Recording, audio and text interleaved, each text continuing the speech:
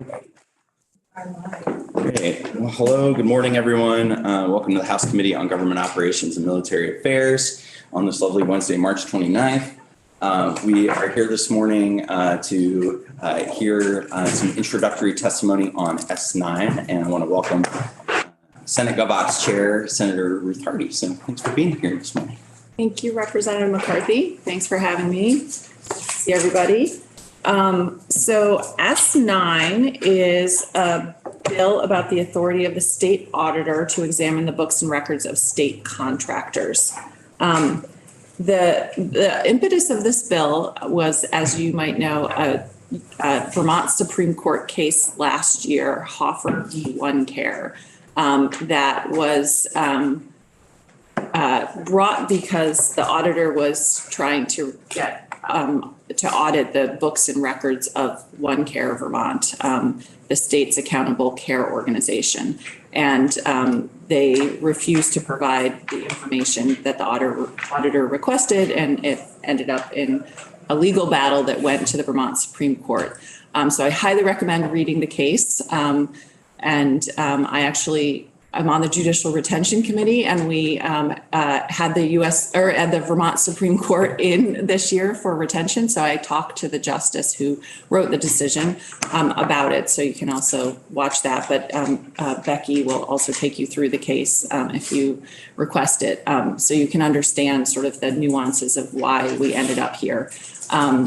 Basically, the court found that for the purposes of auditing state contracts with the state, the auditor was not determined to be an agent of the state, which is a little curious because he's the state auditor and a statewide elected official. But the court found that if the legislature wants to provide this authority to the auditor, we know how to do that. And that the legislature knows how to provide authority to state officials and to do so through legislation. So that's what this bill is, us exercising our legislative power. So S9 adds to the auditor's authority the ability to request the records, accounts, books, papers, reports, and returns. And that is language that is equivalent to the language that is used for the auditor's authority to audit other entities, state agencies, et cetera. So that's the same language that is already in the statutes for the auditor's authority. So that the auditor could audit the records, accounts, books, papers, reports, and returns acquired from contractors. And the specific thing that's really important is that it's for the performance of the contract only. So if there's a contract with the state to, build a table, it's only the stuff that's relevant to the contract to build that table. It's not all the other stuff about the contract from the contractor. So we got in testimony that language suggested it wasn't in the original bill, and we added performance of the contract. That makes it very clear that it's relevant to what the state is paying the contractor to do, that the auditor would be able to do an audit. So you'll see that repeated in the bill several times. The other thing I would suggest is that you get some testimony on Bulletin 3.5, because this also requires the Secretary of Administration to include in Bulletin 3.5, which is the state's parameters, rules, et cetera, and they'll explain it better than I can about contracting. So you'll get into the weeds of how the state does contracting. So, and this requires that the auditor be included in that. So already anybody who contracts with the state in Bulletin 3.5 says that they can be audited. But it's audited by the state agency, apparently, not by the auditor. It's kind of weird. So this is saying in Bulletin 3.5, be specific to add that the auditing means that the auditor can also do the auditing, not just the agency with whom you're contracting. Finally, we did also bring Tucker Anderson in to talk to us about public records requests and how this interacts with public records requests, because there was a concern that once the auditor does get some of this information, that it could be subject to public records requests. And Tucker can walk you through the nuances of how the Public Records Act works with these kinds of records. And the auditor can walk you through the sort of provisions that his office does for public records. Finally, there's a provision in here that Becky can explain to you probably better than me, but was requested by the Bankers Association, that allows for them. It's section 2 of the bill, I believe. No, it's not. Becky will explain to you where it is. Section 4 of the bill so banking records are covered by federal law, and unless there's an explicit permission to provide those banking records, it's a violation of federal law. So Christelia came in and requested this language so that banks can comply with the audits without being in violation of federal law. He can explain that, and so can Becky better than I can. But that is the basic gist of the things. We got a lot of testimony, and we tried to respond to as many of the concerns as possible, and while still moving the bill forward. We feel like it's really important that the auditor be able to audit the records, books, et cetera, first relevant to state contracts. A lot of state funding is put out there in contracts. And if the auditor doesn't have access to it, then that's leaving a whole slew of public money that is not being able to be audited by our state auditor, which is his constitutional duty as the state auditor. And I think also it's important to understand this is not about the current auditor or the past auditor or the next auditor. It's about the office of the auditor in general and what the authority of that office is as the elected statewide auditor, and the ability to ensure that public funding is used in a effective, efficient, and the way that it was supposed to be used for the performance of a contract. We got some last minute concerns about the bill that frankly, I think were very overblown. So I'm happy to answer any questions. Representative Cooper. Thank you, Senator.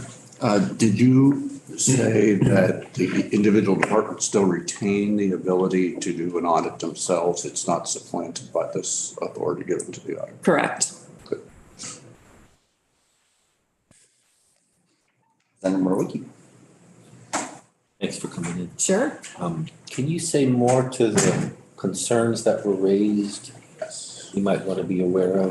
I'm sure you'll hear a lot about this, but there were concerns raised by the administration that this would prevent people from contracting with the state, that they would be afraid they were going to be audited, and they would therefore not want to contract with the state. And they had a lot of kind of fear mongering, frankly, about it. Any other questions for Senator Harding? Representative Byron. Just following up with that. So were there, aside from the administration, were there other organizations, any trade associations or any groups that represent We heard that contract with the state that were? Yeah, we heard from this expansion. Thanks for that question. We heard from general contractors of Association of Vermont, we heard from the hospitals, we heard from, I can't remember all the lists, but, and when we added the performance of the contract language, that seemed to quell a lot of the concerns. There was a concern that it was really broad and that the auditor could be asking for information about anything. So when we made it specific to the performance of the contract, that made them feel much better that it was just going to be about building the table and not about anything else they were doing. There were also, once we heard from Tucker about the Public Records Act and what is able to be kept confidential. And, there were concerns about trade secrets. There were concerns about personnel information. There were concerns about medical records. But the Public Records Act, there are things that are to remain confidential even with that, and still HIPAA still applies to medical records. It's not like the auditor's going to release personal medical records. The auditor already has a lot of this kind of information with other audits that the office does. They already have medical records and confidential information, and they have a policy for dealing with it. So I think that we, there were concerns initially, but once we clarified things and narrowed the scope, those concerns were quelled for the most part. It was the concern that the administration had about people not wanting to contract with the state because they might be audited, but already they could be audited. It's just a question of who audits them. And, to be clear also, the audit would be of the contract on both sides, the contractor and the, state's performance in the contract too. And so, which the auditor already has access to state records. So it's not, it seemed like a concern that was not necessarily a concern that needed to be had. And we'll dig into the voices. So I want to make sure, since Legislative Council's got a time limit, that we get a chance to actually walk through the language with Becky. Is there anything else you want to leave us with, Senator? We also heard from, the healthcare advocate and others who were talking about how it was important that these contracts be audited to make sure that the performance was what we needed for the state. So I think it's important to see both sides of it. The bill's pretty short, so it's just one of those bills that created a lot of discussion. I'm sure we'll discuss it a lot. Thank you all for taking it up. Thank you. Take care. And you obviously should hear from the auditor to hear what their procedures are. See him in the room, and he's on. There he is. Right. I didn't see Mr. Auditor. Thank you all. Thank you, Senator Hardy. So I want to invite Rebecca Wasserman of Legislative Council to come and just walk us through the words on the page. So thanks for being here, Becky. Thanks. Good morning. Becky Wasserman, Legislative Council. So I will turn to S9 as passed by the Senate, which is an act relating to the authority of the state auditor to examine the books and records of state contractors. As Senator Hardy mentioned, there is a court case that sort of motivated this language. So if you want me to speak to that, I can, but for now, I'll just start with the bill if that is how you want to proceed. Yeah, if it would help the committee understand the context, and I think a couple of folks joined us late, it might be helpful just to give a brief summary of sort of what the OneCare case was. And Okay. I'm sure the auditor and others will put meat on the bones of that, but if you could say just sort of how this relates to that. Sure.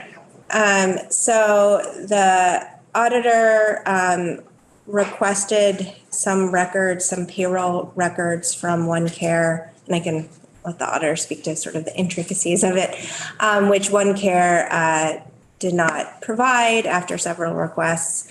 And so then the auditor brought a suit to say that there is a breach of the contract that OneCare had with DEVA, which allowed for auditing of certain accounts and records.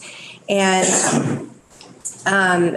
the contract with DIVA had two auditing provisions. One was in the contract, and then one was part of what are the attached to every state contract, the standard standard terms and conditions that the state adds to contracts. So both of those provisions, and I'm very much summarizing here, but both of those provisions do provide for having access to a contractor's accounting records, but it's the language in them is limits it to authorized representatives of the state. And so the auditor's argument in the case was, I'm the constitutional officer who performs government audits. So under the terms of this contract, I'm an authorized representative who should have access to these records. And the court sort of looked at the auditor's statutory authority, which is what this bill is amending, and said, your statutory authority says that, the auditor has the ability to audit departments, institutions, and agencies of the state, but does not specify that the auditor can audit contractors of the state.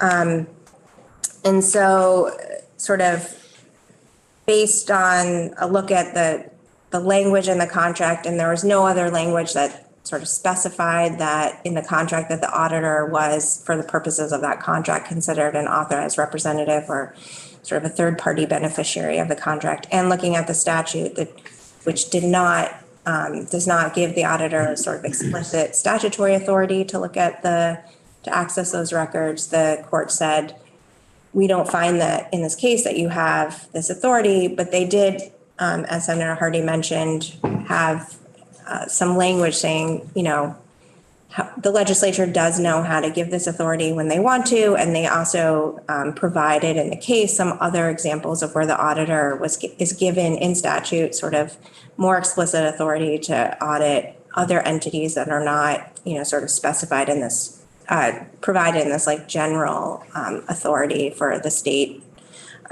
departments, institutions, and agencies.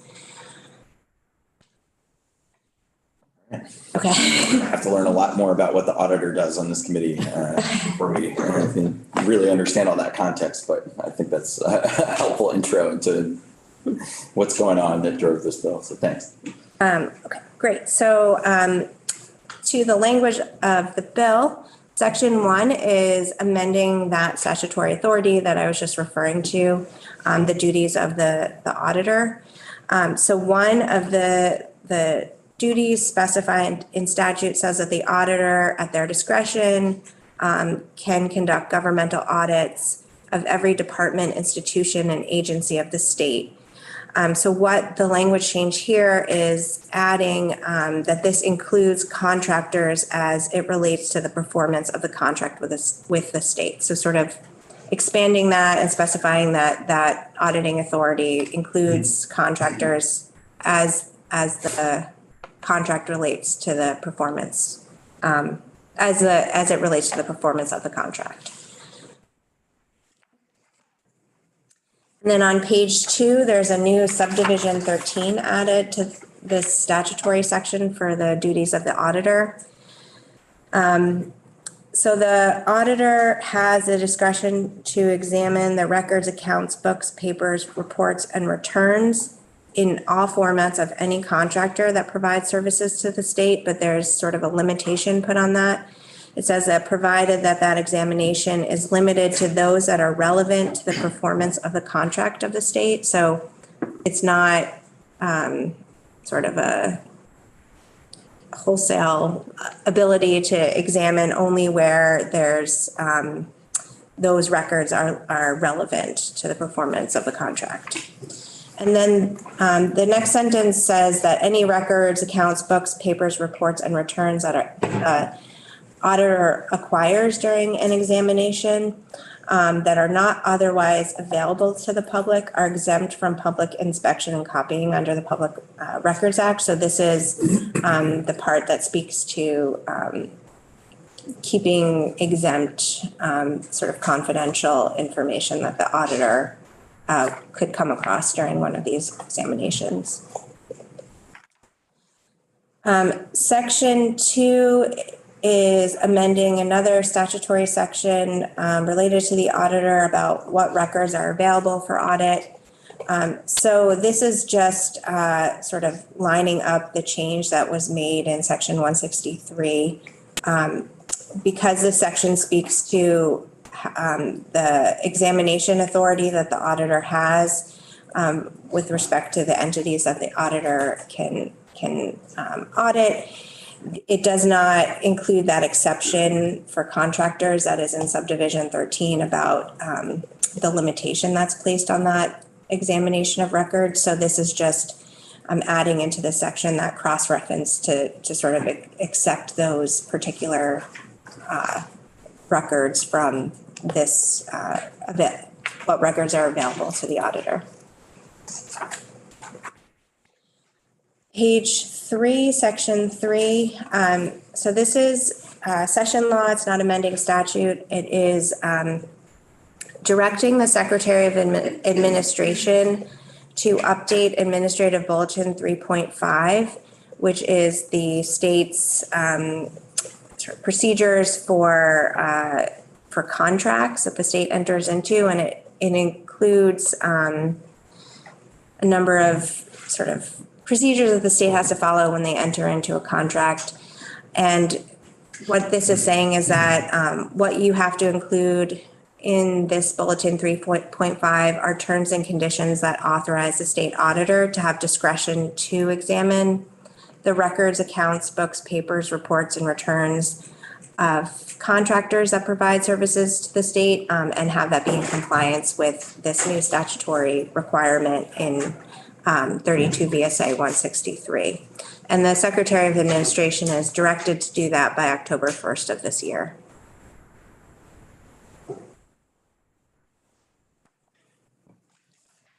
And then section 4 of the bill is amending a state law requirement that prohibits a financial institution from sharing certain personal information, disclosing that information under the law. And there is a list of exemptions to this prohibition. And what is amended here is on page 4 is just adding the auditor to this list of exceptions to this prohibition against disclosure, so that the examination of records or disclosure to the auditor is not prohibited under this section. And that would make this be in compliance with the other statutory change being made here, saying that the auditor could access these records. Representative Hooper. Becky, is this every contract that the state engages in? Is it just personal service? You go to buying trucks, everything is up for examination? It doesn't limit, it doesn't limit the auditor's authority. That being said, I think the auditor can speak to how many contracts they actually audit in the year.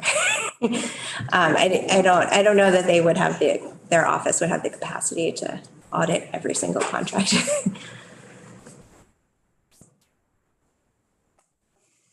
Any questions about the words on the page while we have legislative counsel? Not yet. Okay.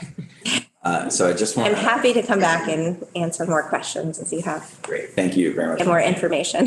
I know you're booked elsewhere at 9:30, so unless there's any burning questions from here, this is the perfect time for me to say, we are just hearing very introductory testimony. A few folks, the second they saw that we were doing a walkthrough, wanted to testify on this. So we are going to hear a few folks. If we as a committee decide to dig back into this in the coming weeks, we will take much more testimony and make sure we understand this issue more thoroughly. Today's just our sort of first pass through this. So I just wanted anybody who's testifying to kind of be aware. I know there's a lot of concern about this bill, that we're not, moving at warp speed here. We're just taking our first look. So just wanted to say all that before we let counsel go. Thank you very much, Becky, for being here this morning. I'd like to invite the auditor to come in give the office's perspective on S9. Thank you for offer. Thank you. Thanks for the invitation. Good morning. To follow up on the background from the case, it's really kind of interesting. It was basically a contract case. Contract was very clear, section 2.7 that said an agent of the state, if requesting records, shall be provided those records, period. No reason had to be provided. In fact, we had a good reason. We were looking at the performance of OneCare, not their core function, but a bunch of other functions where there were deliverables that required their staff to do work. And their payroll, as proposed to the Green Mountain Care Board, went from X to X plus in 1 year. And we were curious why. And that's it. That's the primary reason. The Green Mountain Care Board didn't ask for that information, nor did DEVA. So, and that leads to something I'm going to mention coming into my remarks. So it was bizarre. See, that provision doesn't have anything to do with a 163 or 167 or even attachment C. It simply said an agent of the state shall be provided these records upon request. And they said, literally, the state auditor is not an agent of the state. And I thought, okay, we're through the looking glass at this point. So your vice chair referred to this work as an expansion. I want to start with that. That's really important because 5 minutes before the Supreme Court's decision, we had the authority we're asking for here. Attachment C, which is part of Bolton 3.5, which is the procurement rules for the state, has a provision cleverly titled the audit provision that says, again, an agent of the state shall be provided records related to the performance of the contract upon request for audit and examination purposes. We've done that for years with no concern expressed by contractors at all. That gets to another concern that was expressed by the state. So they're not really changes. It's just going to take us back to the status quo from 25 minutes ago. And in fact, I don't know whether you had a chance to see it, but I sent a clip from the Senate debate on the floor, some comments by former state auditor and minority leader Randy Brock, Senator Brock, who said that. He said, I don't know what the problem, I'm paraphrasing, he said, I don't know what the problem is, but all this does is reinstate what we thought were the rules 25 minutes ago. So that's what's going on here. It's not really an expansion. Furthermore, the court did something interesting. They made a choice, and that's their prerogative. But, you know, for a long time, state and federal governments have been expanding the nature and extent of what they do. It's very complicated. It's massive. You guys know as well as anybody in this committee. State government doesn't work without contractors. Last year alone, $1 billion was spent contracting for work on behalf of taxpayers. If we don't pass this bill, then it effectively says, $1 billion, we'll worry about that later. Well, I'm the only person, this office is the only entity in state government that is truly independent. And I'll get to that in a minute. So anyway, they're not really changes. They're not expansions, I should say. This question, I'm glad that both Senator Hardy and Becky spoke to the concern expressed by some folks who testified in Senator Hardy's committee about confidential records. That was, in a way, sort of a shameless mischaracterization, not on their part, but on the lobbyists. HIPAA, personal healthcare records, are protected by federal and state law, period. We have accessed HIPAA records about Vermonters multiple times during my tenure. You are not permitted by law to make them public, period. You can't. If somebody asked for them, I'd say, I'm sorry, the law says I can't do that. We have received and utilized tax data, personnel data. You name it, we get it if it comes from state government, and in some cases from contractors. So the concern expressed about that kind of bugged me because they should know better. You know, people representing hospitals know that HIPAA data is protected, and it is, and it still is, and it always will be, whether you pass this bill or not. One lobbyist referred to the potential for unbridled power on behalf of the state auditor. I thought that would be nice, but that's not what we're asking for. They misunderstood in many respects, but I think, as you heard from Becky and from Senator Hardy, the only records that we would have the authority to request and receive are those relevant to the performance of the contract, period. And so you'll know we've used that authority, as I said, before the Supreme Court decision, nobody questioned our authority. We've used it multiple times over the years. Good example, when I first took office, we did a job looking at the work of the contractor, I think they have a different one now, who was asked by the corrections department to provide health care to prisoners, and we had to see their records, which included records about prisoners. Nobody questioned that, ever. Nobody questioned any of that until OneCare. So anyway, I'll miss the unbridled power, but I'm not really asking for that. The other one, which is kind of my favorite, is that the state sent 3 or 4 people in to testify in a couple of committees about the dreaded chilling effect, which I think Senator Hardy referred to. The assertion is that the knowledge that your company might be audited would somehow reduce your interest in or willingness to contract with the state, because you'd be scared of an audit by the auditor. First of all, again, that authority has been in Attachment C for decades. Every single contractor that's working for the state today signed a contract that says you can be asked to provide records for audit and examination. Every single contract. So there's nothing new in that at all. The question of the chilling effect is bizarre to me. First of all, we've never had a chilling effect, and everybody knows that provision is in statute. And if they don't, they're not reading the contract, and you kind of want to read your contract. Second, there are 12 states in this country that have explicit authority for state auditors to do exactly what we've been doing and what we're asking you to codify. 12 states, including Massachusetts and New York. No chilling effect that I'm aware of, and I'm pretty sure we would have heard about it, but it's not there. So I don't know where that came from, except who knows what, I can't comment on their motivation. The state also said, BGS came and testified and said, look, we don't really need the auditor to do this because we as BGS, and we have the procurement arm, we make sure that all the contractors meet their obligations. Well, that's nice, and I'm sure to a large extent you do. However, first of all, you don't do GAGAS audits. That's generally accepted government auditing standards. You don't do audits. You might look at the deliverables and decide whether you're satisfied with the deliverables. That can be a different question than auditing a contract as it relates to the state and its expectations, which are sometimes broader than just the deliverables. So that's not the same thing. It's not apples to apples. If an agency says, we've got that covered, that's not true. And I can tell you from experience, 10 years now, that we've produced a lot of work that shows very clearly that, I'm sad to say, there are lots of instances where departments and agencies don't even report accurate, timely information to you about the work that they do. And there are lots of reasons for that. I'm not talking about corruption or incompetence, just that's life in a huge bureaucracy. So to say that we've got it covered and ignore all that is disingenuous in my view. Also, what it would do to say to the auditor's office, you can have the information if the agency asks his company for it. So you're putting somebody between us and the source of the documents. That gives you, the bureaucrat, the authority to say, we'll ask for some of it, but not all of it, or we won't ask for any of it. We don't think you need it.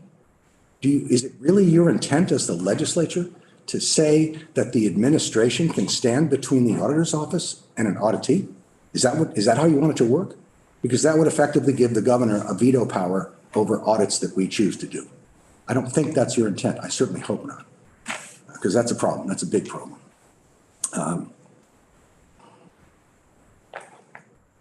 I don't know what else to say, except I'll give you some background. I did some work under contract for then Auditor Flanagan in the 90s. And that was a pivotal time for state auditors around the country. Historically, they had always done the financial auditing and some compliance auditing, all important stuff. But that's not the end of the conversation. That's the beginning of the conversation. Because GASB, the Government Accounting Standards Board, said to auditors around the country back in the mid-90s or so, look, that's great stuff, but there's more that you can and should be doing. Specifically, find out if the money spent by your program and your program are actually achieving the goals as intended by the legislature. Citizens have a right to know that. Program managers need to know that if they're not already evaluating their own performance, and certainly policymakers need to know that. But auditors weren't doing that at that time. Then they started doing that. Hit or miss over time. Now virtually every state auditor in the country does performance auditing. In our case, that's all we do. We farm out the financial and the compliance auditing. It's absolutely critical for you, let alone citizens and program managers. At the same time, from the 60s onward, as you well know, government grew dramatically, as I mentioned before. It became much more complex. and required ultimately the assistance of contractors for all kinds of things. I mean, look at designated agencies. That's $300 million a year. That's effectively state work, but is contracted. And you can find many more examples at that level. It's about $1 billion a year. So you have, states now routinely doing performance auditing, and a significant part of all state efforts run through contractors. You really want to say at this point in time, no, we don't want the auditor to have access to the contracts, which represent $1 billion of taxpayer money? Is that the forward-thinking way to think about this constitutional office?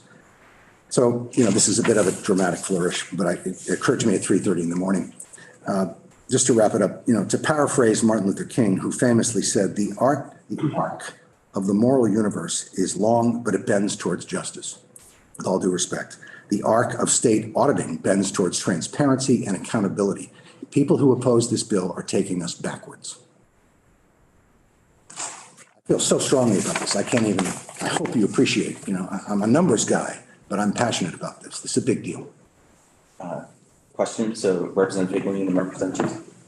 Yeah, so Mr. Hoffer, do you think some of this misinformation or initial angst about the bill was because the bill didn't start out the way it's written now? It starts out with this bill proposes to amend the authority of the state auditor to examine the books and records of any contractor providing services to the state. That was in the original bill, I think. Right. The question is about relevant to the contract, but that was kind of already in item 13 and attachment C of bulletin 3.5.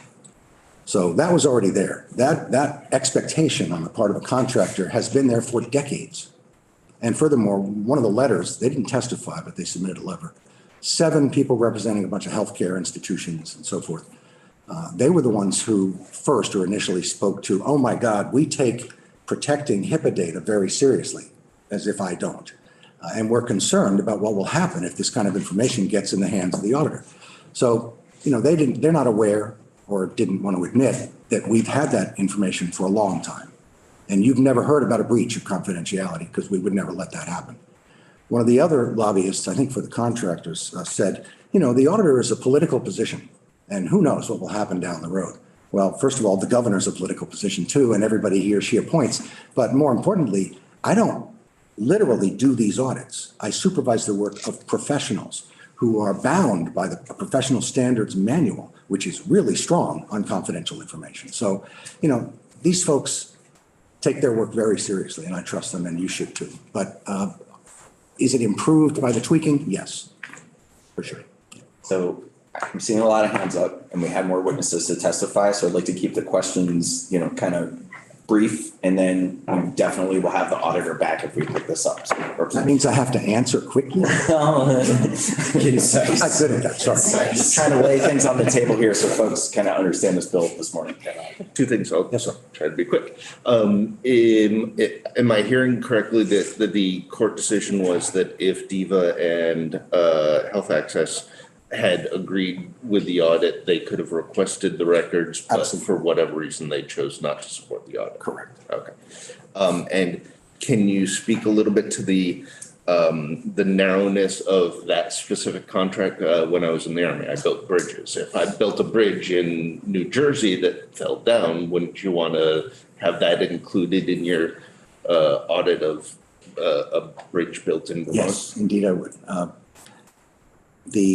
The work of the office, we have used, in many cases, confidential contractor records on 6 or 7 occasions during my tenure. I think if you add them all up between GAGAS audits and investigative reports, we've probably done 50 or 60 during my tenure, and only half a dozen or so related to contractors directly. And never outside of the scope, outside of the purview of the department or agency itself. It was both of them, as I think somebody pointed out earlier. So, we're just not willy-nilly saying, hey, let's audit a business for the heck of it.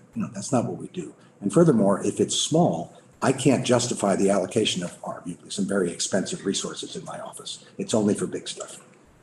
Gotcha. And Hooper, did you have a question?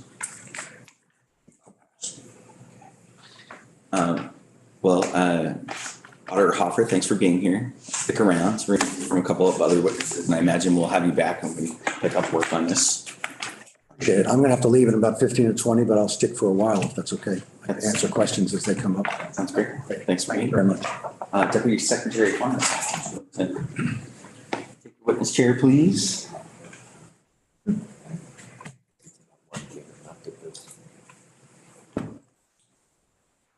Thanks for being with us this morning.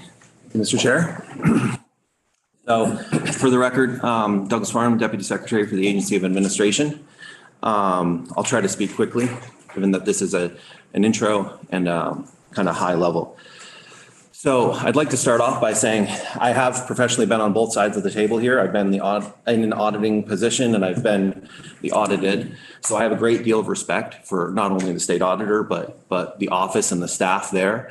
The confidentiality concerns, I actually share the auditor's perception of their ability to protect information. When I was at the tax department, I wouldn't have handed over information if I wasn't confident that they could have protected it. So I do think the confidentiality aspects of this aren't the primary issues to be concerned with.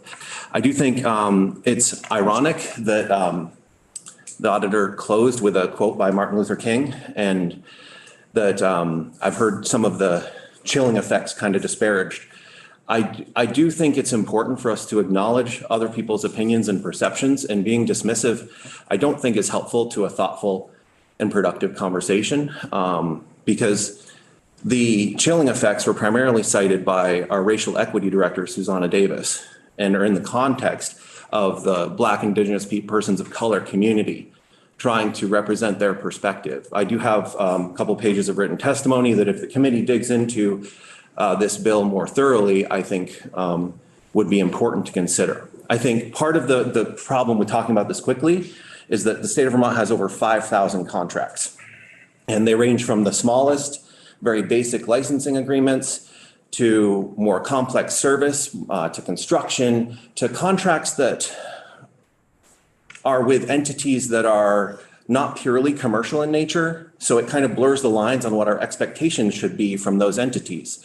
So I think there's a huge spectrum. And one of my biggest concerns with this bill is that it casts a huge net to catch like the one care, one fish kind of example. I would say that in my opinion, I disagree that the data that was requested in the one care case was directly related to the performance of the contract, because it was payroll data. What a commercial entity pays their staff is not relevant to the deliverables and the performance of a contract. In order for it to be a commercial relationship, it needs to maintain that separation. We can ask us what they're charging us, the rates, but we cannot ask them what they're paying their people. That is confidential business information that really should have nothing to do with our evaluation of a contract. I think the auditor's role is exceptionally important, and their access to the records and oversight of state agencies managing their contracts properly should never be restricted. They should have access to every piece of paper that is involved in that process. And if the auditor feels that an agency is not overseeing a contract properly, that is an audit finding that should be published and shared with the legislature. And if the legislature feels an agency is not doing its job properly, that's the remedy for, but the oversight should not be a direct relationship between the state auditor and then the commercial entity. I think the auditor did ask, do you want that agency in between the two? And he presented it as a barrier. I look at it as the commercial relationship is between the agency and department buying services, buying goods, and that's who they're working with. If you have a situation where multiple parties are involved and can create breach of contract scenarios, then that complicates it and it makes our already difficult contracting system more difficult. Right now, yes, it's massively important that the auditor look in and make sure the executive branch is doing its job in contract management. Absolutely, over $1 billion. Right now, we have even more because we have these short-term federal funds that are being deployed over the next 5 years. And those are federal contracts as well. So we doubly have to make sure. And the auditor has produced valuable findings related to contract oversight in different agencies. So I think the role of the state auditor should be auditing the state of Vermont, should not be auditing private entities, should not be auditing commercial entities. In GAGAS audits, the clue is in the name, generally accepted government auditing standards. Should not be applying GAGAS audits to your private vendors, your commercial private parties. So I think those are the primary concerns. I know I'm trying to run through them very quickly. But I do think the administration's main concern right now is the broadness of the issue and the impact it would have on potentially over 5,000 contracts. So I do think if the committee is serious in taking this up, the contracting situation at each agency and department is different. There are different cultures, there are different levels of sophistication. And I would say that the committee should hear from every agency and department to hear how it would impact their contracting specifically. I do think, I took Auditor Hoffer's comments about BGS's response to heart. I do think that was perhaps a bit curt and perhaps a bit flip, because the Office of Procurement does help and does provide some limited kind of structural guidance, but they don't they don't provide the value that the state auditor does to that contract oversight, which I do think is ultimately an auditor's opinion of if the agency or department that's getting those contracted goods or services is doing everything they can to make sure Vermont gets the best value from that relationship. Representative Hooper. Thank you. Mr. Farnham, GASB standards are the gold standard in auditing. Is that close to a factual comment? GAGAS, yeah. GASB is, I should know this offhand. Yeah. I think GAGAS standards are designed to audit governments, and I think that it's very important that governments are held to those standards, especially with smaller businesses. I don't think they're necessarily applicable to much smaller vendors. I heard that the auditor said he wasn't, going to be going out and auditing a large number of small businesses. But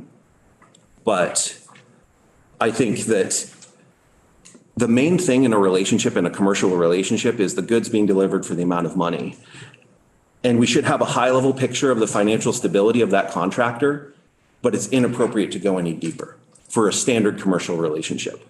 So I would imagine, since you hit specifically on wages, if Vermont had a minimum wage that an out-of-state contractor might not know about, or the contract had a specific provision for a scale, that would seem to open the door to effectively giving an opportunity to look at what was happening in that end.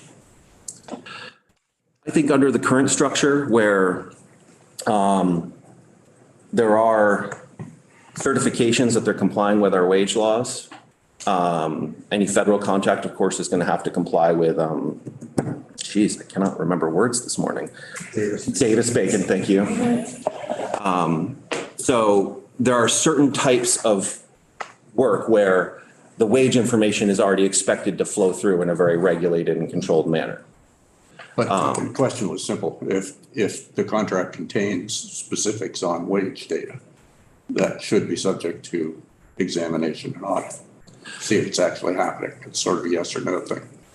Yes, if it's related to the performance of the contract, which in a capital construction scenario would be related to the performance of the contract, yes.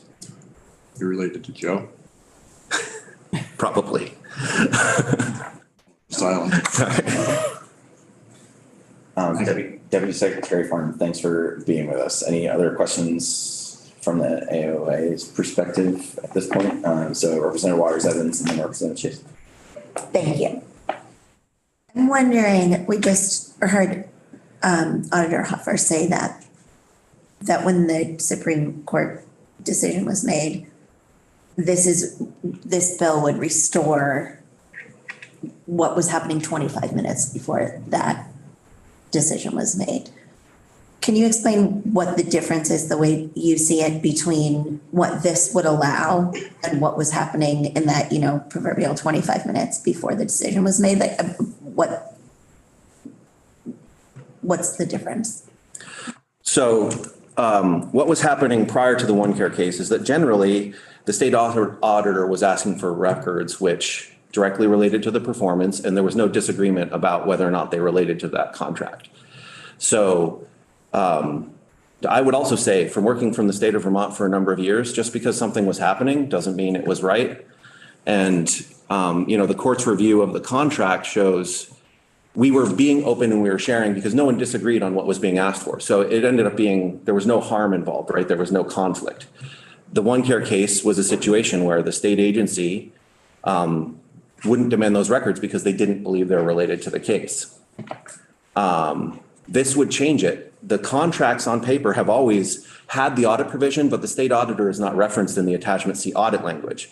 There's a tacit assumption that any document, well, there's a statutory authority for the auditor to audit any document which is received by the agency related to any contract, right?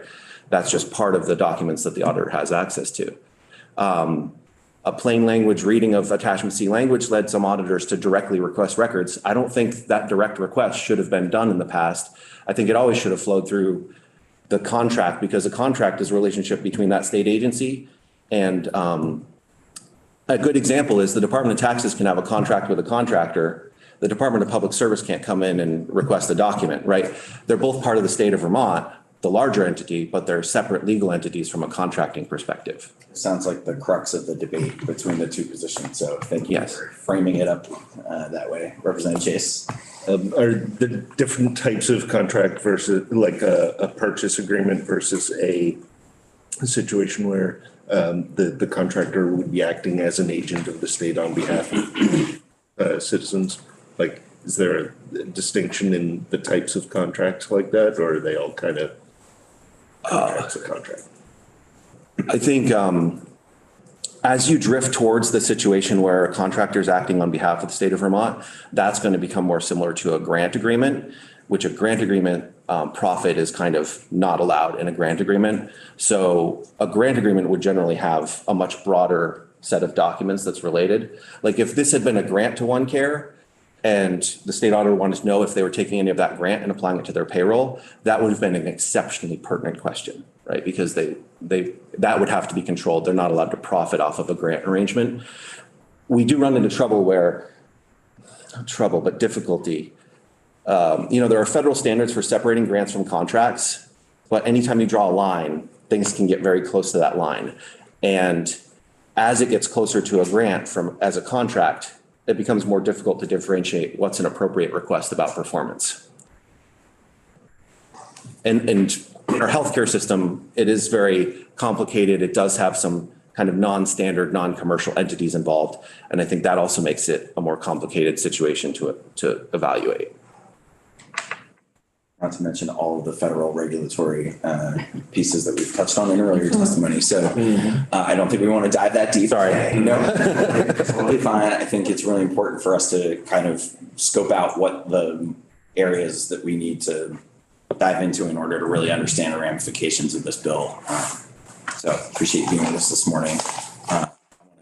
We're going to be running a little bit late, and so I think we'll end up having to start 3:86, at least a few minutes late here, because I want to give our last couple of witnesses a chance to testify. So I want to invite Secretary Naylor to come up and give the agency's perspective on S9, because I think there were some specific things you wanted to bring to our attention as we consider looking at this bill a little further. Yes. Thank you. Good morning. For the record, Sean Naylor, Secretary of Digital Services. So I think you heard a lot of great testimony so far about kind of the pros and cons and challenges with this. Where I sit, we deal with about 1,500 technology contracts annually, or amendments as a subset. And Agency Digital Services is charged with delivering what the administration and legislature wants with regards to technology services to assist Vermonters in getting the best programs and offerings. And, I would say that bringing the concern around the effects of this to the vendor community shouldn't be considered fear mongering. This is, I think, a valid concern, given that we have an instrument called retainer contract pool, where we go out and we have a kind of a pre-vetted master agreement with IT vendors to do work. And we know that most of the large companies in the country do not participate. And we know because the work, the size of the amount of money compared to like the obligations of the state of Vermont are not worth it for them. And so we don't have the benefit of being in Massachusetts where our contracts are large enough and they can put the time in negotiating. And so I think a chilling effect, as has been described, is a real possibility, and one you can't measure, because we don't send out contracts and say, well, we expect all of these people to reply, and if you don't respond, please tell us why, right? What you see over time is a reduced vendor pool, reduced choices, and increased cost. And that is the effect. And so, in that very real instance, when we have this, as it's written, right, the removal of involvement of the contract owner, coupled with the broad documents that are listed, and then paired with the case that was the impetus for this, the concern is that the vendor community is not going to dive deep into it. They're just going to say, well, they wanted payroll information and now this is the result. I'm Microsoft. I don't feel obligated to do it. Why would I respond and want to do business with the state of Vermont? And so it's whether or not it'll be hard to measure, but I think it's a valid concern and one that should be considered as you take up additional testimony on this. Because what we're looking to do is, at the end of the day, is we want to make sure that Vermonters have the most options and choices available. And the more restrictive we are, the less choices and options we will have to be able to provide services efficiently to them.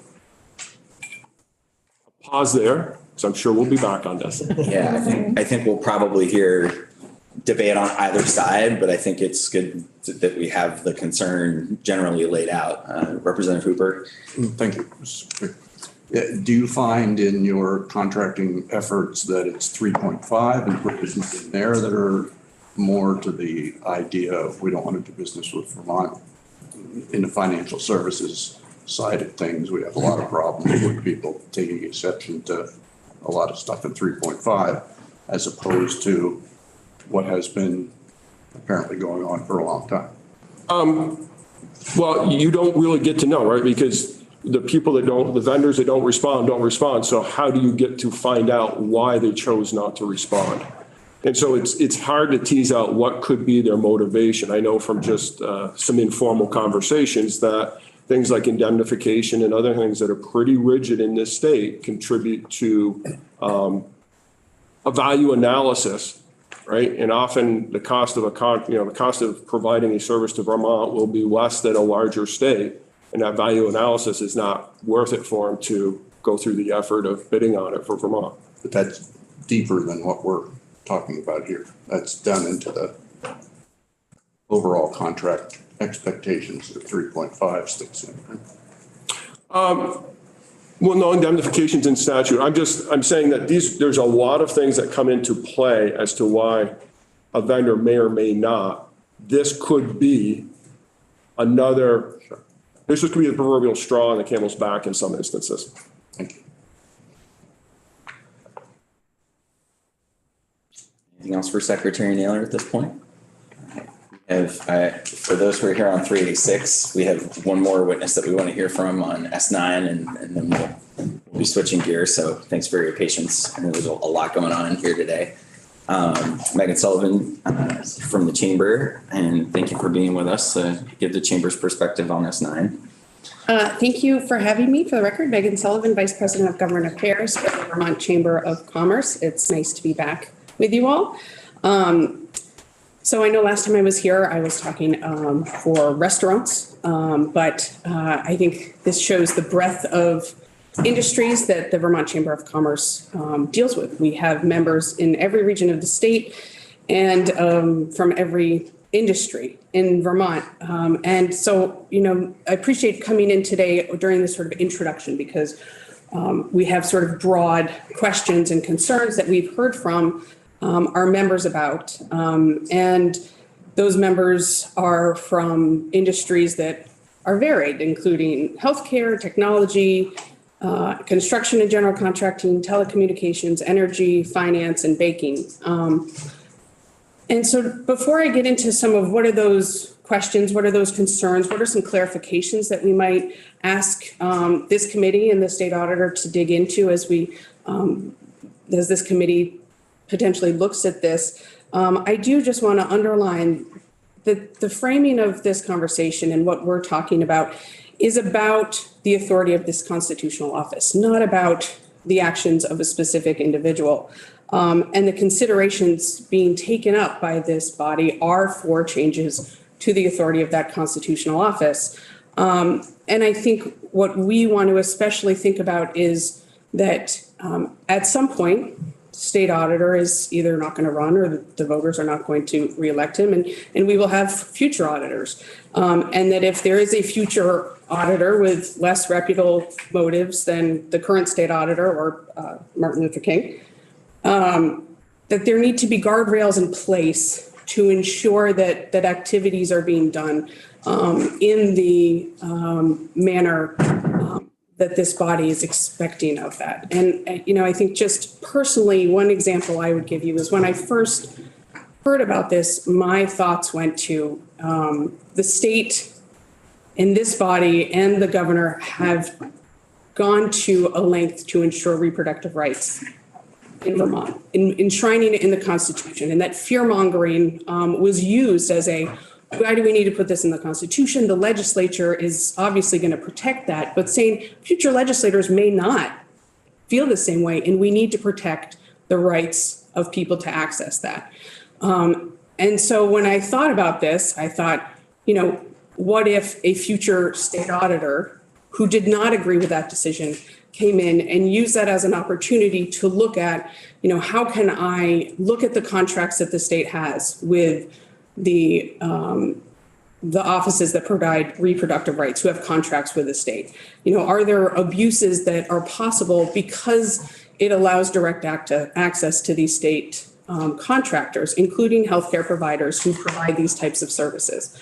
And I think it's important for us to think about how could these be used by somebody who does not have, how could this authority be used by someone who does not have that sort of moral standing that is saying that, you know, thinking about justice.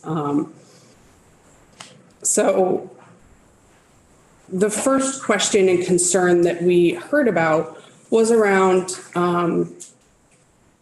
the clause that exists, as the state auditor mentioned in Bulletin 3.5, around audits and the authorized personnel. And if authorized personnel can access state contracts or can ask for information from a state contractor, and now the state auditor can do the same, does that create some type of confusion or duplication within state government of different organizations, different state agencies who are going to be requesting information? And pulling together the types of records, the breadth of records that are being asked for takes time, and it takes personnel, and it costs money to do that. So if we're saying that it can be done by the state agency that oversees the contract, as well as the state auditor, that can create additional costs and confusion. It also, you know, I think for the legislature's perspective, are we having two state entities spending money to do the same thing? So I think looking at, is there a duplication of activities that would be going on here? And how do we minimize the costs of that or the impact of that on a contractor? And I think that might be part of that cooling effect, is knowing that there are, that they could be asked from different places for similar information. So that's one area that I think we have concerns about. Another piece, and I'm glad that the state auditor brought up GAGAS audits, and that I would say I don't believe performance audits are all that the state auditor office does. They also do non-audit reporting, and it would seem to me under the language that non-audit reporting would be a use of this confidential contractor information. And it's important to clarify that those GAGAS standards, while they may have some interpretation, are held to a higher standard than a non-audit. And when you're talking about confidential information, the public or this body does not have the opportunity to examine that themselves. So if there's a disagreement between the state auditor's office and a private contractor of how information is being represented, this body or the public can't do their own examination. So it's important, if we're talking about access and reporting on confidential information, I would agree that having those GAGA standards in place is important. But in the language here, it doesn't limit the access and use of that private contractor information to GAGAS audits. So, Megan, I want to say that if we go further on this bill, we're going to talk a lot about the Public Records Act and what is available to the public and what's not, because I think a lot of folks on this committee probably some of the things that we talked about in terms of HIPAA and confidentiality and things in the prior testimony this morning, that's a little bit over the heads of folks who haven't been in the weeds on that before. But I guess for the purposes of us framing our future conversation around this issue, what is the chamber's response to the assertion that 25 minutes before the OneCare case decision, it was kind of generally understood that the auditor could ask contractors for this kind of information, and then the case upended what was the general understanding that already existed? I would say that from what we've heard from our members, it was not generally understood that the auditor could call any contractor at any time and ask for information that we're discussing in the OneCare case. You know, if an agency is under a performance audit by the state auditor's office, I assume that state agency would have notified their contractors, especially if it was to deal with their contracting. And that if there was agreements put in place between the agency and the state auditor's office, that's one thing. But again, I don't see in this language that it limits the request to the performance of a contract, but I don't see, and maybe Becky would tell me I'm wrong here, that this limits the request to an ongoing performance audit. Right, so you could say, Joe Paver, I see you have a contract with AOT. We don't have an active, well, that's probably because they just paved. We don't have an active audit going on with AOT, but I have questions about the performance of your contract and I'd like to see your personnel information. Right, so maybe it's a clarification that that access to these contractor documents are through an active audit, not just performance of the contract. Does that make sense? It does. I think it opens up a lot of questions about what we mean by an active audit or the performance of the contract in practice, but go ahead. Right. No, thank you. So just clarifying what you're saying there. So like an active audit within the administrative entity that's contracting with it would trigger then the audit for. So if the state auditor's office is auditing a state agency's contracting. So they're saying, we have concerns about how the state agency is performing their contracting services or how they are overseeing contracts. And they open an audit on that state agency. And they say it's important in this audit on that state agency that we have access to the documents of the state contractors that are working with this agency. They have an audit going on of the state agency under which they're requesting documents. As opposed to just saying any contract, if there's 5,000 active contracts with the state of Vermont, regardless of whether there is an audit going on of a relevant state agency, information on a contract could be requested if it's requested under the frame of a performance on a contract. So that sounds like a suggestion for us to put on parking lot for our future work on S9 when we pick this back up again. We're over time and need to switch gears. I'm wondering, Megan, before you leave us, if there's anything in particular you want to flag for us. I think another suggestion is that in state contracts, in 3.1, it limits the time to 3 years. You can request records from a state contractor for 3 years. I don't see that time limit here. So again, thinking about how far back can we go? How much money could that cost somebody? If we had a state auditor in place who had, who was using this authority in a less scrupulous way, could they ask for contracts related to performance of a contract related to a contract from 10 years ago, from 15 years ago? Again,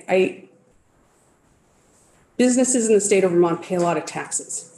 And we are very happy to have a constitutional office that is ensuring that those taxes are being used well. Because our members, as they're paying them, want to ensure that they are being used well. So we are very supportive of the office of the state auditor. But we just want to make sure that if there is a change, whether it's perceived or, this is coming up new, this is an opportunity to look back and say, do we have the right guardrails in place to make sure that this authority is being used in the way that our current state auditor is asking them to be used. Thanks for being with us today, Megan. We are over time and need to switch gears to some charters that we promised we would look at this morning. So we will definitely, if and when we pick this back up again, let you know. So thanks for bringing the chamber's perspective. So committee, I would say we have heard the initial framing of this issue and voices on both sides about S9. I have a number of notes and we'll pick our work back up on that in the next week. So thanks for thoughtful questions this morning. I know that was a lot, just putting that bill out for a walkthrough. I got a lot of requests for testimony and didn't want to dive completely into all of the various tangent issues that bill brings up, but I think it was a little bit inevitable that we would see little glimpses of it and probably more questions than answers this morning. So with that, we're going to turn the page and finally take up H386, the Brattleboro charter change. So I don't know if the delegation wants to come and give us the sales pitch first, and then we'll have legislative council walk us through the charter change. Representative Kornheiser and we're all here. We've got the Brattleboro 3. I'll like to introduce yourselves for the record and tell us about H386, please. I'm Representative Emily Kornheiser from Brattleboro. Representative Molly Burke from Brattleboro. Representative Tristan Tolino from Brattleboro. And thank you for inviting us and for being willing to take this up. This measure has had a long journey so far. In just a little background, in 2019, March 5th, 2019, in a 908 to 408 vote, the citizens of the town of Brattleboro voted to allow 16 and 17-year-olds to vote in local elections, to vote for candidates for Brattleboro Select Board and representatives for Brattleboro's unique form of town meeting. Then I have some comments about that, but just sort of what happened is last year in 2022, the House approved this measure after a vigorous debate by a vote of 102 to 42. The Senate approved it after that. The Senate voted in favor on February 28th. On March 11th, 2022, then the governor vetoed it in February, at the end of February. And then March 11th, the House voted to override this, governor's veto by 102 to 47. The Senate failed to override because of concerns about whether youth voters who were select board members could enter into contracts. But I think that issue has been settled, and I think that's something Tucker can talk about it. But he believes that the charter is sufficient to confer legal capacity for an elected youth voter to consent to contracts. And he said you could add a provision to the charter which authorizes youth voters to execute contracts in their capacity. So that's where we are right now. Can I add one thing? Yeah. And actually, even before that sort of procession of voting and veto and more voting, in the biennium previous to that, the House actually passed this charter affirmatively And it met crossover, and then the pandemic hit moments later. Right. And so we didn't really sort of do anything with it. So that's why it's been 4 years.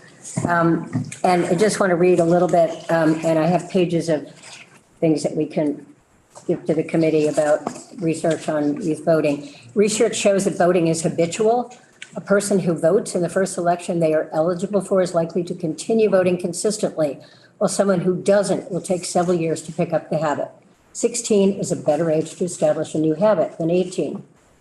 Youth are affected by local political issues as much as anyone. They also work without limits on hours and pay taxes on their income and can drive in most states. 16 and 17-year-olds deserve the right to vote on issues that affect them. In paying income taxes, youth are contributing money to a system in which they have no voice. Lowering the voting age can drive demand for effective civics education in schools. Students learn best when the material presented is relevant to their lives. Civics classes fall short when they teach young people how government works without any ability to actually participate in it. Letting 16 and 17-year-olds vote will bring much needed relevance and productivity to civics classes. The youth vote has a trickle-up effect on civic participation. Conversations about politics and local issues are brought to the dinner table. Parents and family members are engaged in civic life with the 16 and 17-year-olds in their household. If we want to retain our youth, we must create conditions of belonging and trust. So there is a lot of research, and we can distribute this. And if I could just add a brief story. My child is 18 and a senior in high school, so still at home, lots of, kids. I personally left my hometown before I turned 18, so actually turned 18 in Vermont. But turned 18 in January, and so was able to register to vote was automatically registered to vote through the DMV and registered to vote in our recent town meeting election, and then came with me to town meeting this past Saturday as it was elected as a town meeting representative. My child is not like me. They're an introvert. They do not ever want to be a politician, but they've been, hearing about politics at the dinner table, as I'm sure anyone in your family has for quite a while. And I was really, and we have, meaningful conversations at dinner, but I was really surprised at how much their focus and intent and interest in all of the sort of vagaries of local politics and what it means to debate an issue and all of those things really just changed over the course of the month in between when they voted for the first time and then when they joined our town meeting on Saturday. It was really very inspiring to see how much more engaged they were in local politics and just that really short difference between just hearing me talk on about it and being able to really participate themselves. It was very cool. They're about to leave home in 2 months, and we could have really cemented that habit much more if we'd had another 2 years of it. Representative Hanka. Thank you. Do any of you have any data as to where else 16 and 17-year-olds are allowed to vote? Sorry, data on what? Where else in the United States? Oh, yeah, I think there are some things here. Yes, we did previously, the last time we talked about this, we had that data. Where is it? Also Nancy Pelosi is in favor of this, just FYI.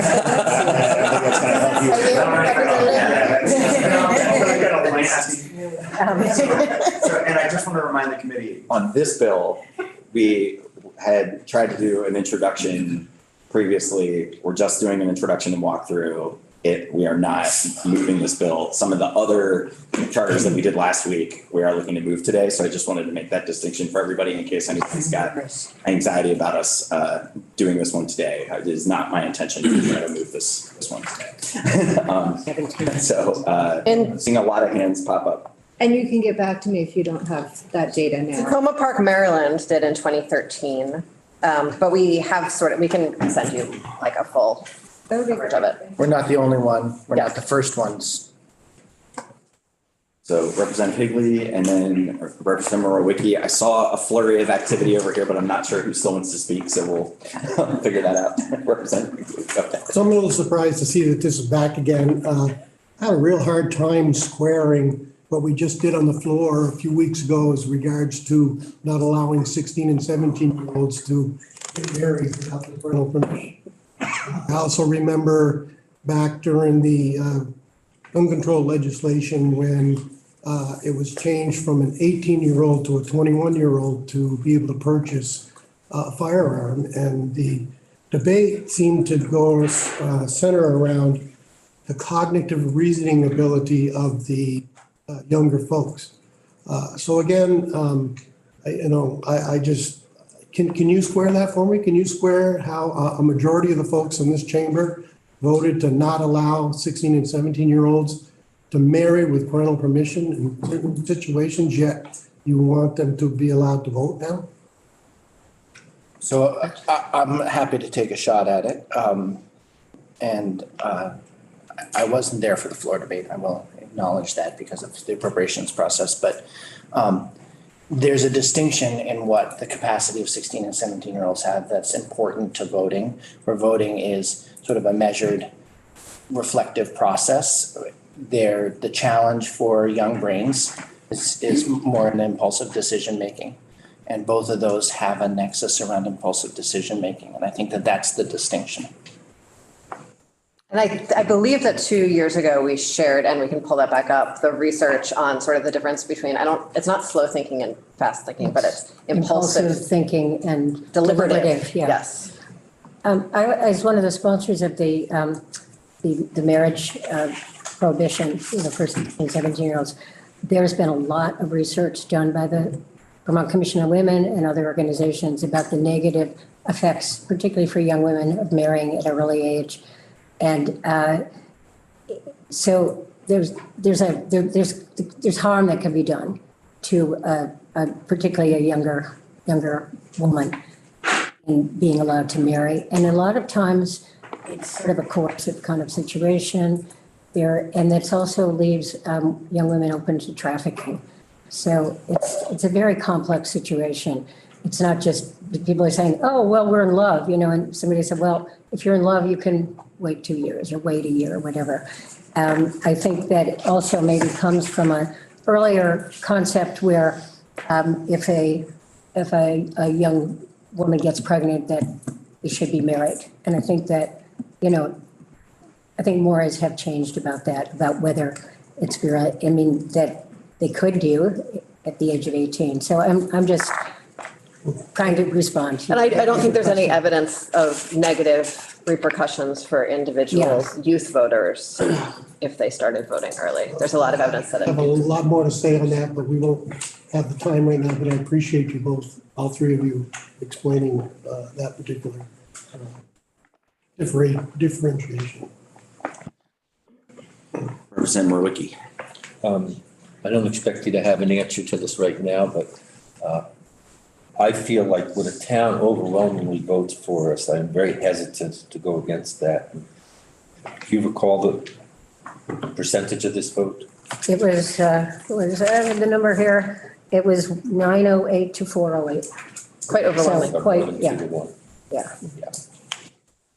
And there was a few high school students, this is in 2019, who were very, very active working on it. They were at the polls, getting signatures. They were very, very engaged and upset when we were not able to pass it. Yeah. And I agree with you, Representative Murky. I've in fact voted for charter changes that I wouldn't vote for in my own town within this body, because I think it's important to respect communities' charter changes in that way. Representatives Hooper and then Boyden, and then I really want to have Legislative Council do a walkthrough before we, I don't want to do the whole debate about this bill today. We don't have time for that. Why did this devolve into a discussion about individual people under 17 having the legal right to form contracts when you basically don't contract with an individual, even if it's the mayor, it's the body? None of us are in the Senate, and so I don't think any of us were privy to the Senate. I think there was like a background debate there right before the final veto override vote, and I think Tucker could probably speak to it better than we can. We have a cup of tea, we turn it over, we look at the shapes, and we try to understand from that what the Senate's thinking is. Very Hogwarts of you. Representative Boyden. Thank you. I just have a statement, but I think this is a really important conversation to be had, especially as we as a committee consider the future of town meeting and local elections or town elections. and getting more of our youth to participate. I know when I was at my local town meetings, I was one of the small handful of young people there. So as we look for more participation and keeping town meeting alive in Vermont, it's this participation, that really matters. So thank you. Thank you for being here. We're gonna. Thank you so much for inviting us. Council take us through the words on the page for today, and then we'll push pause on 386. But thank you all, the Brattleboro reps, for joining us together, showing the full delegation support. I'm honored to have you all here today. Thank you. This is very important to our community, and so we are very available for any and all questions or research requests. It's nice to meet. I haven't been in this room since it was transitioned to. It's how often we get asked about it at home. Really? It has not left the mind of our community, even if it feels like it should have after over 4 years. Thanks for coming down. I know you all are busy. Thanks.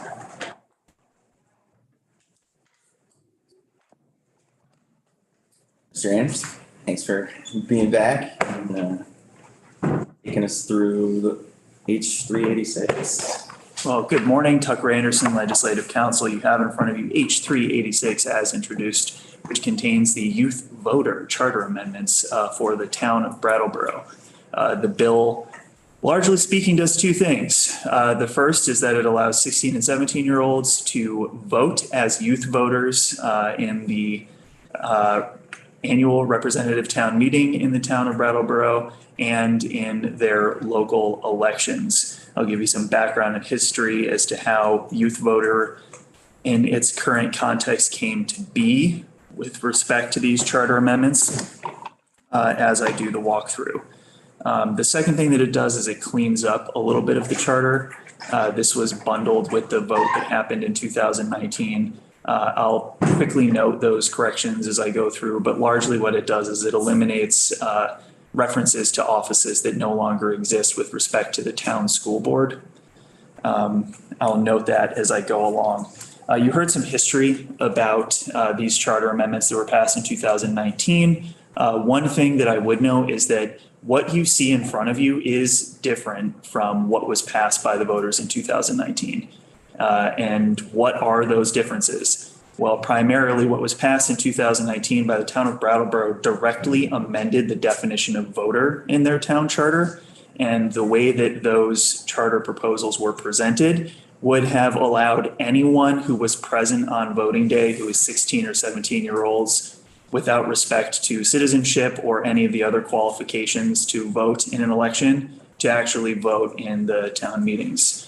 The second thing is that by amending the definition of voter, it had a much larger context for the town elections than what is presented in H386 as you see it, because voter occurred throughout the charter with respect to a number of different offices, including potentially those that are appointed by the select board.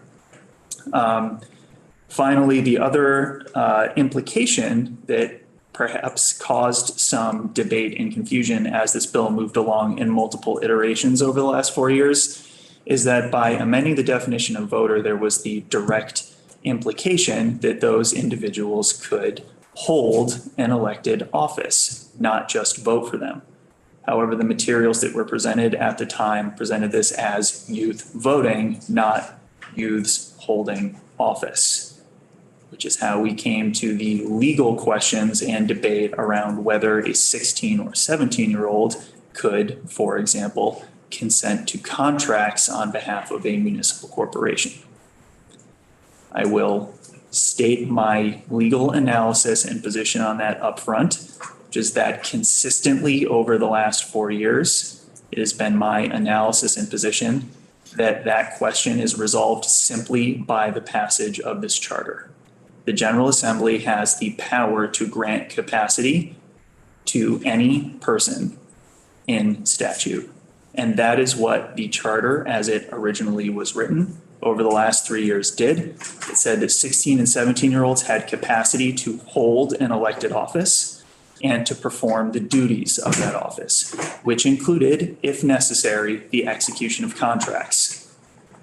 to resolve any ambiguity about a potential conflict between common law and statutory law in front of you, there's a provision added to the end of the charter that states expressly and unambiguously that youth voters have capacity to consent to contracts. That provision is unnecessary, but it is put in here so that the debate ends expressly around that piece. Section 1 of the bill, consistently the same throughout all the charters you'll take a look at this morning. This is the expression of approval from the General Assembly for the charter amendments. You'll also note that in each one of these sections 1 that you evaluate this morning, it will tell you the date on which the voters approved the amendments. In this case, it was March 5th of 2019. Section 2.1, and we're on page 2 of the bill as introduced, defines youth voter to mean any person who is 16 to 18 years of age and is otherwise qualified to vote under state law. So this essentially provides that the youth voters meet all of the qualifications to vote under Title 17, but are 16 to 18 years old. That's where the exception lies. Tucker, if you could back up just a minute. I believe you just got through telling us how this particular charter bill is different from the previous one. Yet you just made reference to in section 1 in regards to voters approved proposals of amendment on March 2019. Is that legit? I mean, yes, but it's different, right? Correct. The voters approved amendments that did not achieve the legal end that they intended it to achieve. And over the last 4 years, various iterations of this committee have come in to clean up and actually accomplish what the voters wanted to accomplish from a legal perspective. But you're saying that that wording still needs to be in there in the beginning, and then throughout the rest of the charter, it explains how it's different? Correct.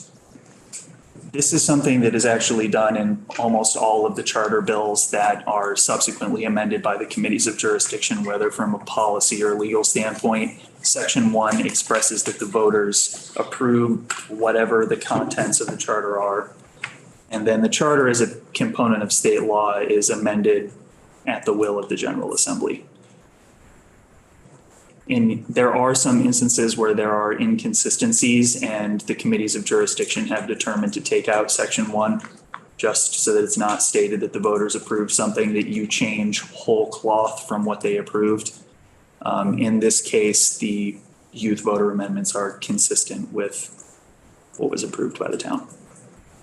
Thank you. So we'll say before I go to Representative Hooper, it's my intention to complete the walkthrough of H386, have us take a short break so that folks can take a bio break, et cetera, and then come back and do the second look and potential markup and vote of what I would consider more simple, straightforward charter changes that we looked at last week. So just setting the agenda. Sure. So, Tucker, this question has popped up in my head often.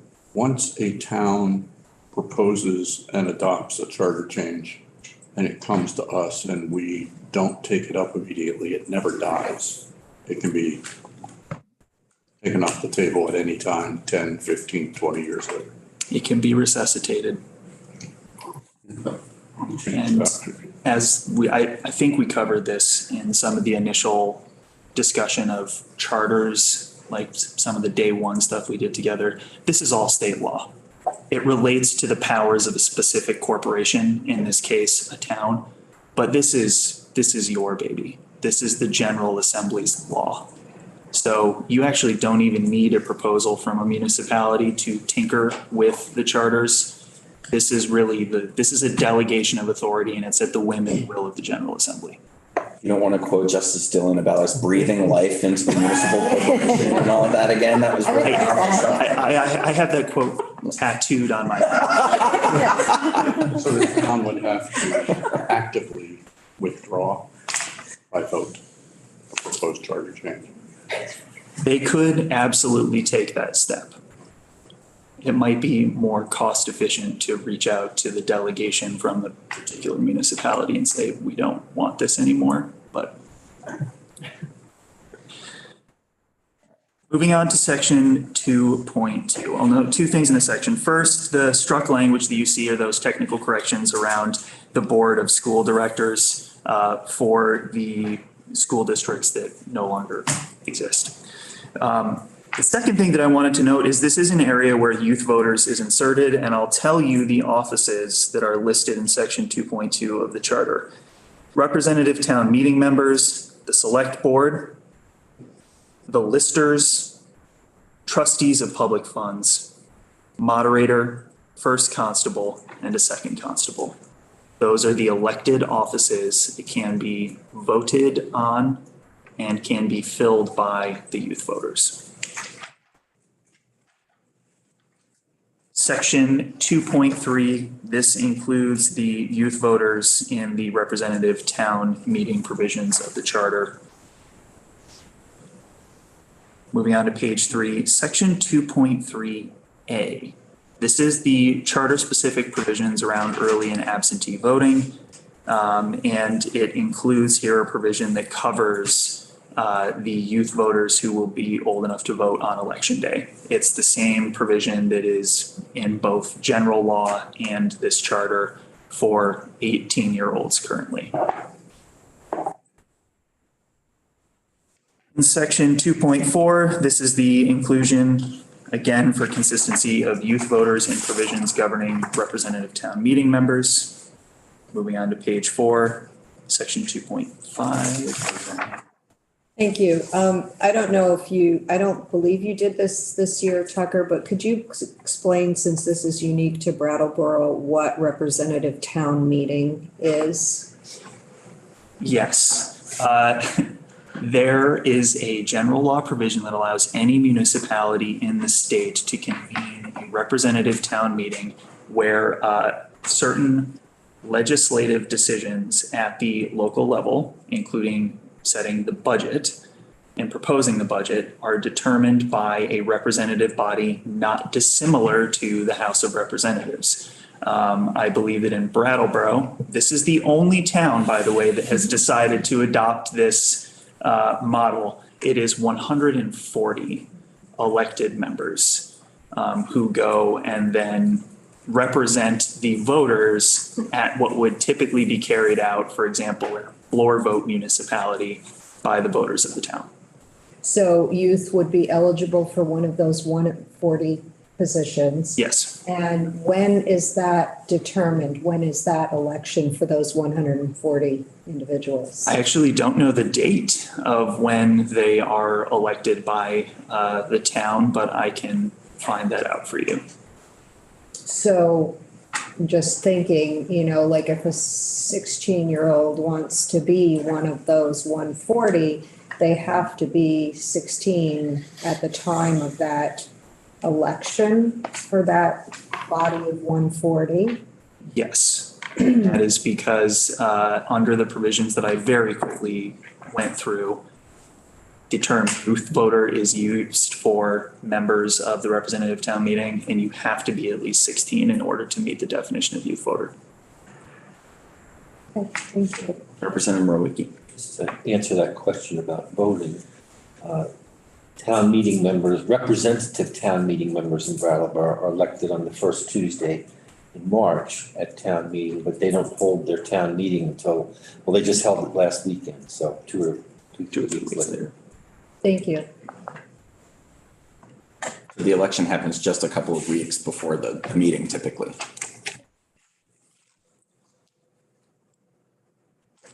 I love that we went down that particular. This bill just, it does all the framing that I love. Even if you don't love the guts of this bill, it brings up all the usual charter questions. So it's perfect for that.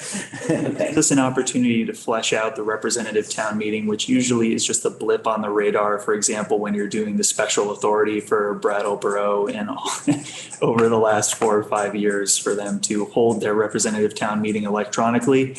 And then we kind of skip the explanation of what exactly representative town meeting is. Thank you. Just as a follow-up, if this bill were to move forward and we were to pass it out of this committee, I think we need to have a little conversation about the eligibility of someone in terms of age Like, will that person have to prove that they're going to be 16 by the first Tuesday in March when they would be duly elected by the general public? And how would that be proven, and who would take the proof of that and as a, like an affidavit? Who would determine that? So I just want to flag that for the committee that it's. Why does it matter though? Well, Why does it matter? it brings up a good question. So maybe I can help to sort of push that into a little bit of a clearer place here. 16-year-old. How would they know? It's Brattleboro. I mean. Well, so here's just a quick question. If there's any question about the eligibility of someone to run for any office in the state, that's typically a complaint-driven process. It's not that we check that they're eligible on the front end. It's that they are themselves attesting their eligibility by filling out a consent form, running for office, et cetera. And then if there's a complaint about it, that might bring it to light. Isn't that typically the process for any eligibility? Have to be a little careful in distinguishing state from local offices, but yes, it is largely a complaint-driven process where someone's eligibility may be contested. And a contested eligibility goes first before the Board of Civil Authority in the town. To answer the question about with whom you would register as a youth voter, the answer would be the town clerk. And there's an explicit reference here, at least for the early and absentee voting provision, that you have to file and register with the town clerk and fill out a form as prescribed by the town clerk. Very similar questions came up during the non-citizen voting discussion for the city of Montpelier and the provisions they put in place for separate voter checklists that would be administered by the town clerk.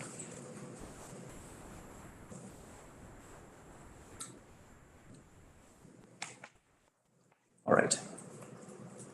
Section 2.5, we're on page 4 now. This includes youth voters, express authorization for them to be members of the select board, so it's included there. Section 2.11, this is the new language that I was talking about earlier. This is express authorization for youth voters to consent to contracts in their official capacity. It states that a youth voter who is elected to a town office shall be capable of performing all duties and exercising all powers of that office, including the formation and execution of contracts relating to the office or official duties. So again, that first part is a restatement of what is assumed when the General Assembly gives someone capacity to hold an office. That yes, we're giving you authority to hold this office and you get to exercise all the duties and authority of that office. Representative Hanson. Since I really didn't take part in the discussion when this charter change was presented previously in the legislature, I don't know the answer to this, but I feel like I remember that there were some contracts that 16 and 17-year-olds were not capable of signing because of their age. Am I remembering that wrong? The discussion that came up, and call them largely objections based on the common law.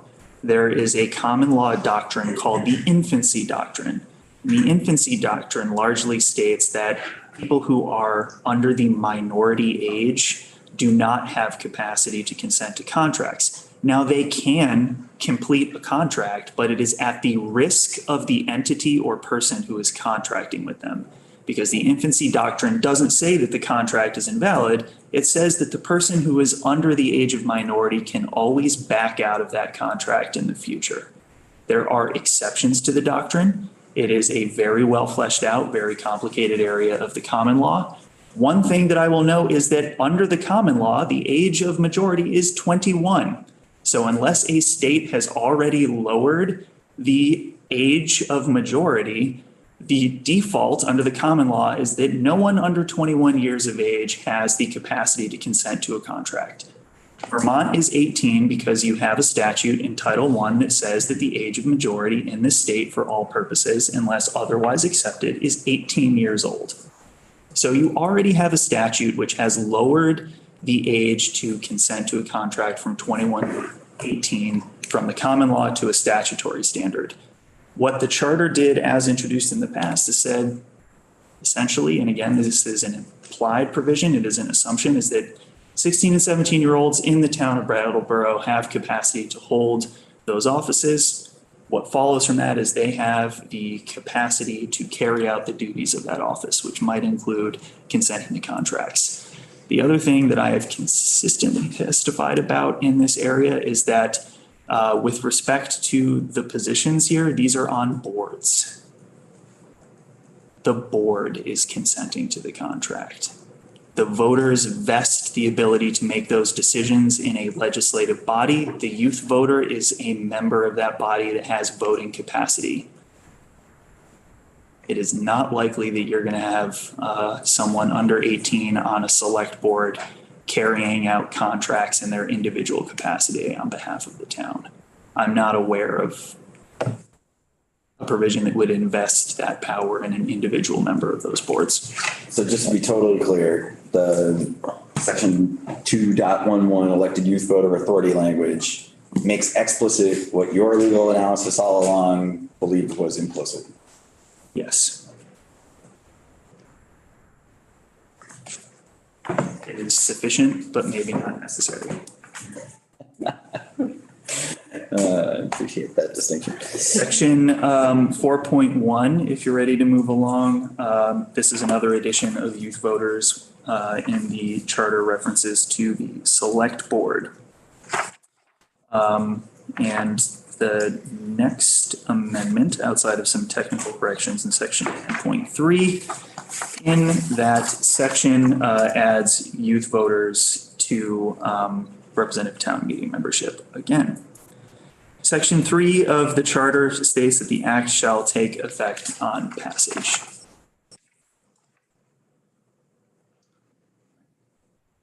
So committee, I think we should break until 11 o'clock. And we'll put a pin in H386 for the future. Representative Hooper.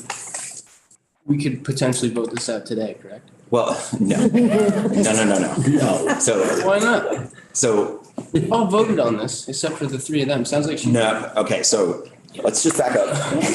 This is new biennium, new committee, new General Assembly. So you were a yes. All of the references to previous testimony are appropriate to an extent, but we really do need to consider this as if we're doing it for the first time. We can't just sort of say, yeah, a lot of us have seen this before. We can never really do that, even though we're all bringing some of that past experience. Some of us are bringing that past experience.